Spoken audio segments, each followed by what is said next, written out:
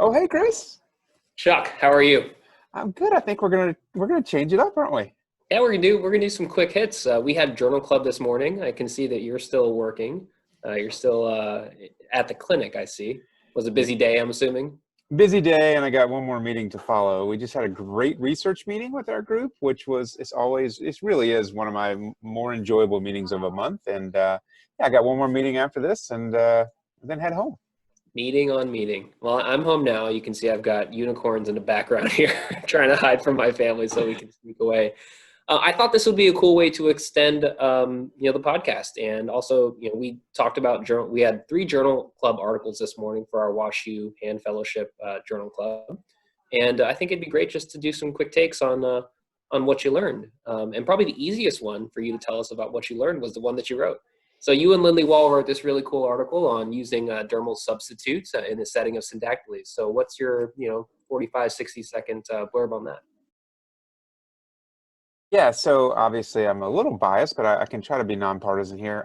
We wanted to, well, first of all, the genesis of this research is interesting. This research, there's been one article in the literature, one good article in the literature by Italian researchers led by Landi that discussed this same concept. And there's been nothing in the literature. I think that was 2014. And so we learned about this technique, and we had a chance to speak to Landi at an international meeting. And then we have used this technique and really like it. It saves time in the OR. It saves a second incision for a skin graft donor site, and it provides really satisfying aesthetic results. Use of the acellular dermal matrix, or the Hylo matrix, does have a small price tag. It's not exceedingly expensive, and we actually think it's cheaper based on time saved in the OR. It's not a perfect technique. There can be some hypertrophic granulation issues, which really didn't come out in our paper terribly because the patients we included in that population seemed to do well, but that is something we have seen, and that's been my only concern. And so we've liked it. We've shared this verbally with many of our peers, but having it in print, I think is a good thing. I thought it was pretty interesting how you and our partner, Dr. Lindley Wall, assessed outcomes using standardized scales on photographs. And I also really liked how you had the parents grade the outcome as well. And seems like everybody was universally quite pleased. Yeah, congenital research is tough in that regard because parents are always pleased. I mean, just because I think they're invested in being pleased, they've made a decision to have their child undergo surgery. It's tough to come out and say we hate the results. It's a fascinating thing. Well, I guess that in the behavioral econ world, they will call that sunk cost bias, right? Nicely played. Hey, I read some of the stuff that you send me. I'm still working my way through your book right now. But well, anyway, the next article that we discussed was one on zone 2 flexor tendon repair, and where if you repaired an FDP, where that would be relative to the A2 pulley, because I guess theoretically the concern is whether that tendon repair is going to catch. And this was published in JHS, just like your article was. First author was Altman. And in this group, what they did is with some cadaveric specimens, they put a single stitch at the FDP, and they looked at where that stitch would travel in terms of when you flex the finger. And I thought it was interesting. The take home to me was that anything proximal to the leading edge of the A4 pulley was likely going to catch on A2. Not groundbreaking by any means, but I think it gives us some element of knowing when to be suspicious. Now, honestly, I assess that, and when patients are asleep, I try to do a passive check and see where the tendon repair is going to be interfacing with the pulley system. When they're awake, which is my preference now, it's pretty easy to see. But has this ever been a concern for you in terms of when you do your repairs? It's interesting. So I think this is a contribution to the literature, and it is something that I will think about, I guess, as I go about my tendon repairs. I think the concept of catching versus simply impeding flexion is really interesting, and there's no question that wide awake offers the benefit of obviating this concern. I don't use wide awake, at least currently, for this type of repair, so I think it's helpful. It's just one of those things to bear in mind. But the other interesting thing is, well, do the best repair you can do, which goes without saying, and don't make a bulky repair. But the concept of venting pulleys, that concept wasn't around 10 years ago, at least to Yeah. my knowledge, and it's Mhm. really exploded. And I think it has to be done carefully. And I think when you expose the flexor tendons by opening the sheath, preserving that A2 and A4 pulley and not doing a knee-jerk reaction where, preserve every pulley you can preserve, not just the A2 and A4, which can, facilitate things even more to allow venting as needed. Exactly. And I think that's the key. Venting is needed, right?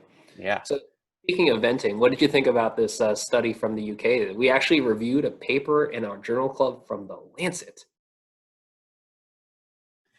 I know. Well, that the publication in the Lancet is something I will never achieve. I did publish in the New England Journal of Medicine, but it's not the Lancet. Oh my, I a had to small just journal based in Boston, right? get That's that off impressive. my chest. Sorry. Oh, Yeah. I'll look that one up. Whereas I Yes. received 2 journal bone and joint surgery rejections today, so that's that. Oh, The same day during clinic. It was awesome. I am sorry. For those that are intrigued, which no one will be, it's a hilarious small contribution with Peter Stern. It really is a funny article about a barber's infection. I don't even remember what it's called now. A barber's interdigital-nitis. This is a really ambitious study on a very pertinent topic. With a huge number of enrolled patients that looks at something that is a very different way of thinking about a common problem. And for that, the authors are to be congratulated. It doesn't really resonate with me because a displaced scaphoid fracture, from what I've been told and taught and what I personally have seen, should be fixed. And delaying that intervention, obviating that intervention is one thing. Delaying it is hard to swallow in our culture. That's a very brief overview. What do you think? Yeah, I mean, I guess how you interpret this article depends on whether you believe displacement is binary or whether it's a spectrum, like a continuous kind of variable. Now, this article randomized patients with less than 2 millimeters of displacement, and some would argue that can you really tell 2 millimeters of displacement? Now, the authors did a lot of work in terms of examining the X-rays, getting CT scans, and truly looking for the population in which there may be some actual equipoise, and not a population in which most people would go ahead and fix. But with the outcomes looking like they did in terms of they looked at the PRWE, and the outcomes were very similar at long term. And I think that this is hard. It's hard to not take this evidence into account when you're looking at your practice. But one of the comments that was made this morning in our journal club is that sometimes it is hard, honestly, to get patients to stay in a cast for as long as you need for these scaphoid fractures to heal. So certainly, while it can be done, that doesn't necessarily mean it's right for the patient population in front of you. I think that's really well said, and that's exactly how I see it. And it's just tough. I mean, again, maybe our culture is different. I think I applaud the work and the incredible amount of work that went into this, well-designed, well-executed study that will impact us. Whether we come right out and adopt that protocol or not, I don't know. Whether we get there slowly, which is how these things usually work, probably more likely. Well, and I think eventually insurers may be paying more attention to that too. So that's one consideration. Absolutely. So I'll let you go. And you've got meeting upon meeting, and I've got to get to making fajitas. So we have some different priorities this evening, but I'm going to go enjoy that. So enjoy it. You will have more fun than I. Have a good night. All right, Chuck. Take care. All right. Bye-bye.